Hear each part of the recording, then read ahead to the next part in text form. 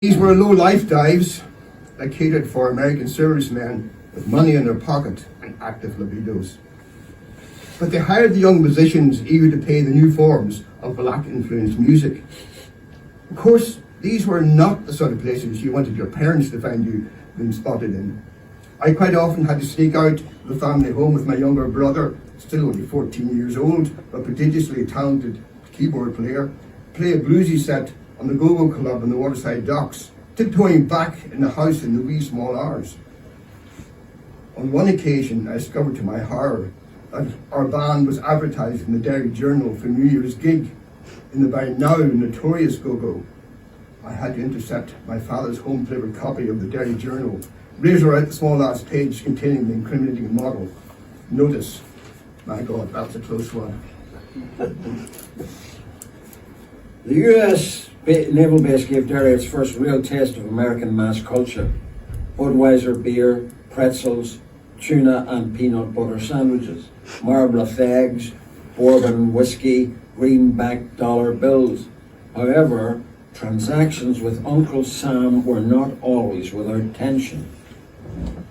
The band were hired to play on the base to entertain the children of the officers. Not their usual audience, many were quite young, more fans of the Monkees than Muddy Waters. But the money was good. After an uneventful first set that largely failed to spark the interest of the sub-teen audience, the band repaired to a backstage dressing room area in what was basically a large Nissan hut. The base had previously been a British Army camp. This housed a number of statues and assorted oak furniture covered in dust covers. Strange.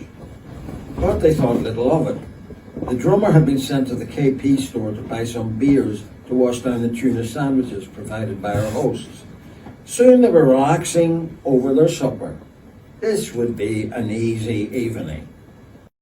Trading with the world and hosting the ships of various navies in war and peace. With 2 cathedrals, 5 cinemas, an opera house, a large department store, an imposing courthouse, a jail, and a walled asylum. It felt itself to be a proper city. Then, as now, it had attitude. Then, as now, it was rent with social division. Just behind the city walls lay a strip of grand historic buildings, all of them housing Protestant institutions.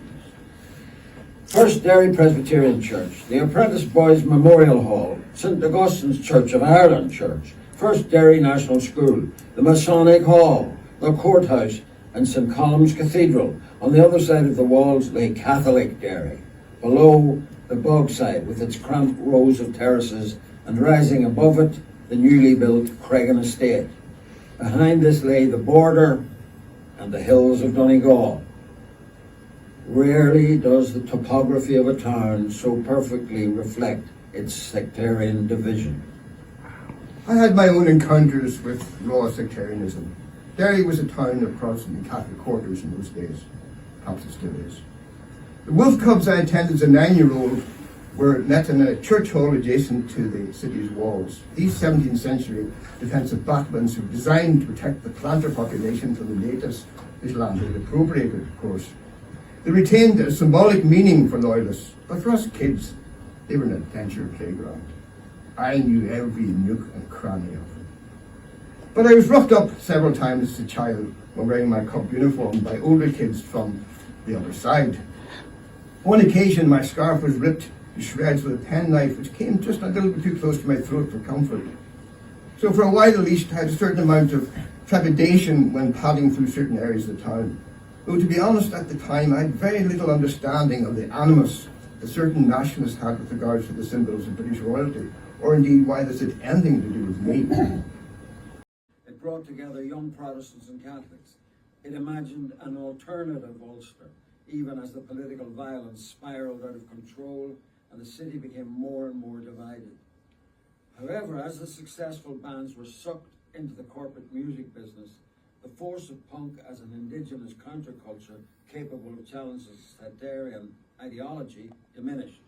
Punk became a subculture of escape rather than revolt. Indeed, history often repeats itself. 20 years later, in my film Dancing in Narrow Ground, which dealt with rave culture, I explored if rave culture could be any more successful in challenging the sectarian status quo. Another quick quip. I don't know how successful the film was, but Recap used a bit of it in their last LP. They did. There you go. Did they yuck that from you? No, they didn't look at. They signed a contract.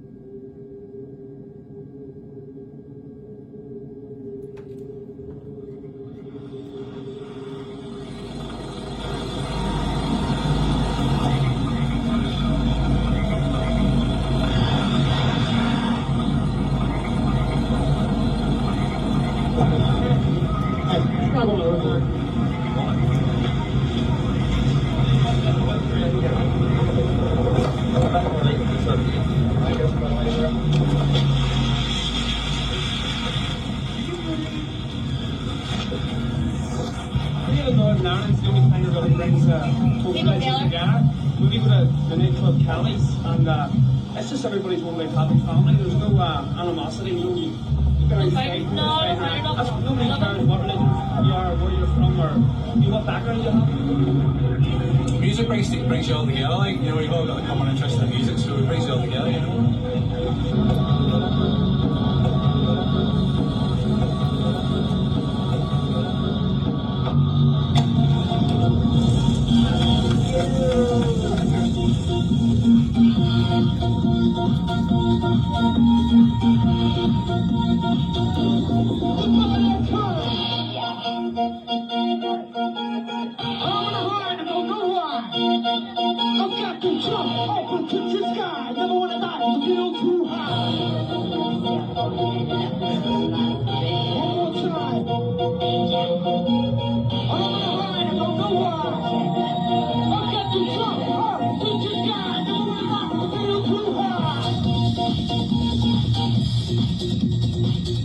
Production tonight.